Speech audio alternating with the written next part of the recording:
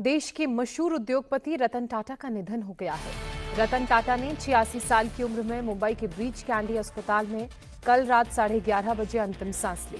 मुंबई के breach candy अस्पताल में रतन टाटा का इलाज चल रहा था, जहां उन्हें सांस लेने में तकलीफ के चलते भर्ती कराया गया था। भारत के नामवर तरीन सनतकार और टाटा ग्रुप के चेयरमैन एमेरिटस रतन टाटा 86 बरस की उम्र में इंतकाल कर गए हैं। वो मुंबई के अस्पताल में पीर के रोज से दाखिल थे। रतन टाटा ने अवामी और कारोबारी दुनिया में बहुत शोहरत और इज्जत कमाई। उन्होंने टाटा ग्रुप की कमान 1991 में संभाली और उसे तरक्की देकर $100 अरब मालियत तक पहुंचाया। रतन टाटा ने कमाल, जहानत और महारत और फितानत के साथ निहायत इफ्तिखार के साथ अपने जूतों की नोक पे रख लिया। जाहिर है ऐसा करने में रतन टाटा साहब जो है वो हक बजानिब भी थे।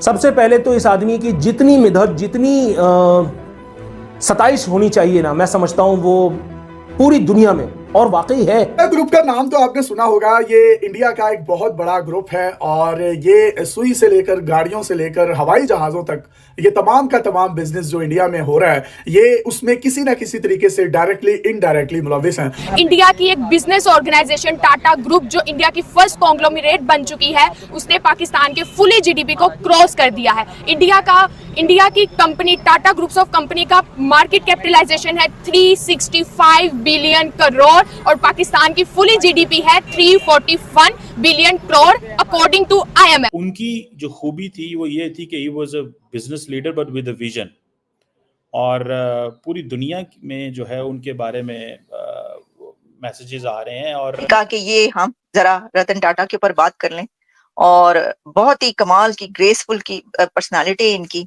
और क्या उन्होंने इंडिया के लिए क्या क्या काम कर छोड़े हैं, और अमेजिंग जो है वो इंडियन जो है, आप जानते हैं बिजनेस कम्युनिटी के टाटा, उनका रतन टाटा भाई उनकी चल रही है, जो बहुत बता रहे हैं कि किस तरह से वो अपने कंट्री के अंदर कंट्रीब्यूशन करते हैं हमेशा।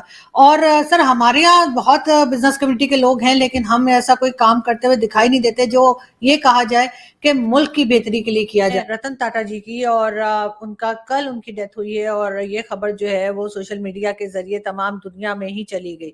सब लोग बहुत अफसोस कर रहे हैं।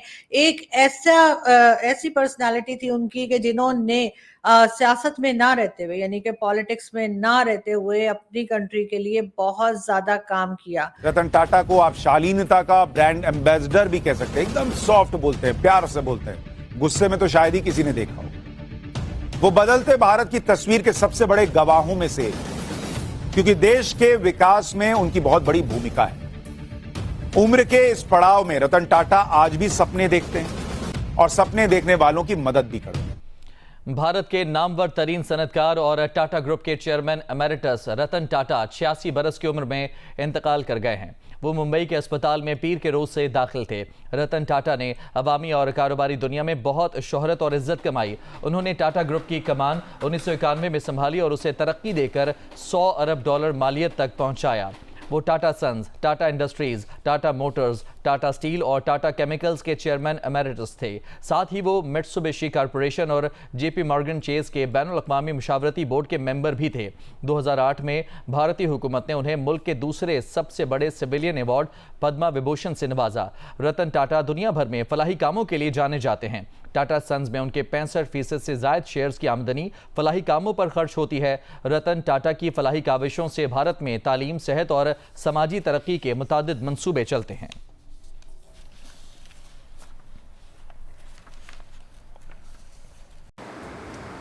जय हिंद दोस्तों, पाकिस्तानी रिएक्शन वीडियो में स्वागत है। दोस्तों, रतन टाटा अब इस दुनिया में नहीं रहे, वो उनका निधन हो गया, तो पूरी दुनिया भर से शोक मनाया जा रहा है। प्रधानमंत्री, राष्ट्रपति सभी ने शोक बनाया है। पाकिस्तानी मीडिया चर्चा कर रहा है कि उन्होंने अपने देश के लिए कितना काम किया है, और अब वो इस दुनिया में नहीं रहे तो उन्हें कितना याद किया जा रहा है।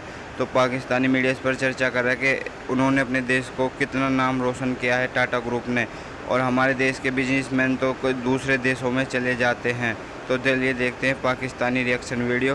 पाकिस्तानी मीडिया भी किस तरीके से रतन टाटा के निधन पर शोक बना रहा है और उनकी तारीफ कर रहा है कि किस तरीके से उन्हें तरक्की, कामयाबी हासिल की। देश के मशहूर उद्योगपति रतन टाटा का निधन हो गया है। रतन टाटा ने 86 साल की उम्र में मुंबई के ब्रीच कैंडी अस्पताल में कल रात 11:30 बजे अंतिम सांस ली। मुंबई के ब्रीच कैंडी अस्पताल में रतन टाटा का इलाज चल रहा था। मैंने बड़ी डिटेल के साथ पढ़ा हमारे जो टाटा फैमिली को और पारसीज को मैंने पढ़ा है।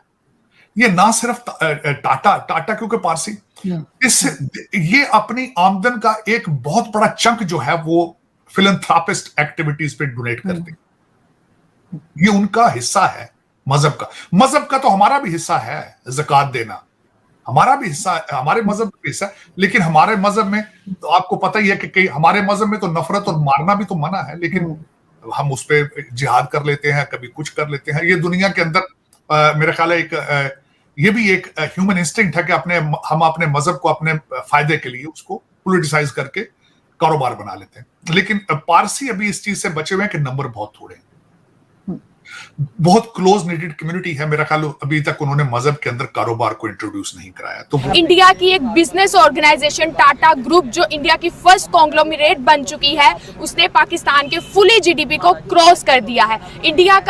इंडिया की company Tata groups of company का मार्केट कैपिटलाइजेशन है 365 बिलियन करोड़ और पाकिस्तान की फुली जीडीपी है 341 billion crore according to IMF। According to World Bank थोड़ी सी ज्यादा है, लेकिन वो भी टाटा कंपनी क्रॉस करने ही वाली है। टाटा कंपनी जिसकी 25 कंपनीज स्टॉक मार्केट में लिस्टेड है और बाकी भी लिस्टेड होने को तैयार है। इंडिया की एक बिजनेस ऑर्गेनाइजेशन टाटा कंपनीज उसने पाकिस्तान के जीडीपी को क्रॉस कर दिया। उसकी इनकम है 365 बिलियन डॉलर्स और पाकिस्तान की फुली जीडीपी है 348 बिलियन डॉलर। तो क्या कहेंगे इस बारे में? असल में ना हमारा मोस्टली जो कैपिटल है ना, मैंने बेसिकली MA इकोनॉमिक्स किया हुआ है। अच्छा, इकोनॉमिकली जो है ना वो हम अपने मुल्क को अप नहीं कर सकते जब तक इसमें स्टेबिलिटी नहीं आती। सही। We have a lack of political stability. क्या मतलब हम कितना लो जा रहे हैं कि हमारी पूरी कंट्री एक तरफ है और उनकी एक बिजनेस ऑर्गेनाइजेशन भी हमसे आगे है। तो इस बारे में कौन सी पॉलिसीज पे काम करना चाहिए, पाकिस्तान को क्या करना चाहिए? पहली बात तो ये है कि be Pakistani and buy Pakistani. हमें ना ब्रांड पहनने का शौक हो गया। सही। हर बच्चे को हमें गाड़ी चाहिए तो ब्रांडेड चाहिए, शूज चाहिए ब्रांडेड चाहिए, भाई be Pakistani and buy Pakistani. अगर आप अपनी कंपनियों को डेवलप करना चाहते हैं तो उन्हें उनसे चीजें खरीदे ना। बिल्कुल ऐसा ही है। हमें जो बाहर से ज़र मुबादला ज़ाया होता है हमारा वो बच जाएगा। मतलब तो मुल्क का पैसा मुल्क में ही रहे। मुल्क में रहे। लेकिन दुख के साथ है कि इस वक्त जितने भी अमीर लोग हैं पाकिस्तान के, लूटना उनकी पहली प्रायोरिटी है, फिलैंथ्रोपिस्ट वर्क उनकी प्रायोरिटी नहीं। दूसरा एक सबसे बड़ा जो मुझे दुख है, मेजॉरिटी ऑफ मेरे कंट्रीमैन जो है वो मौत पे यकीन नहीं रखते। बार बार उनको लोगों ने कहा है, कई दफा कहा जाता है, उनको बताया जाए कि कफन की जेबें नहीं है, कफन की जेबें नहीं। लेकिन ये कि उनको लूट मार से इतनी मोहब्बत है, डॉक्टर खाने बंद कर देंगे लेकिन फिर भी लूट मार से बाज नहीं आएंगे। कैंसर होगा जाके कीमोथेरेपी लंदन से करा के आ जाएंगे, फिर भी लूट मार से बाज नहीं गिरेंगे। पता नहीं क्या बात है। पता नहीं हमारे डीएनए में या ब्लड में कोई प्रॉब्लम आ चुका है कि हमें कोई शौक ही नहीं है लेगेसी के बारे में, कि हम अगर मर जाएंगे तो लोग हमें किस तरह याद करेंगे। पता नहीं किस ये पैशन इनको कौन सिखाएगा। कोई किताबें आते हैं यहाँ पढ़ने के लिए, पता नहीं फिर क्या सीख के जाते हैं। मैंने तो आपको बताया था कि 400 साल पुराने इंस्टीट्यूशंस में से पढ़ के जाते हैं तो मनी लॉन्ड्रिंग ही कर रहे हैं, और क्या करना है, वो कुछ भी नहीं कर रही है।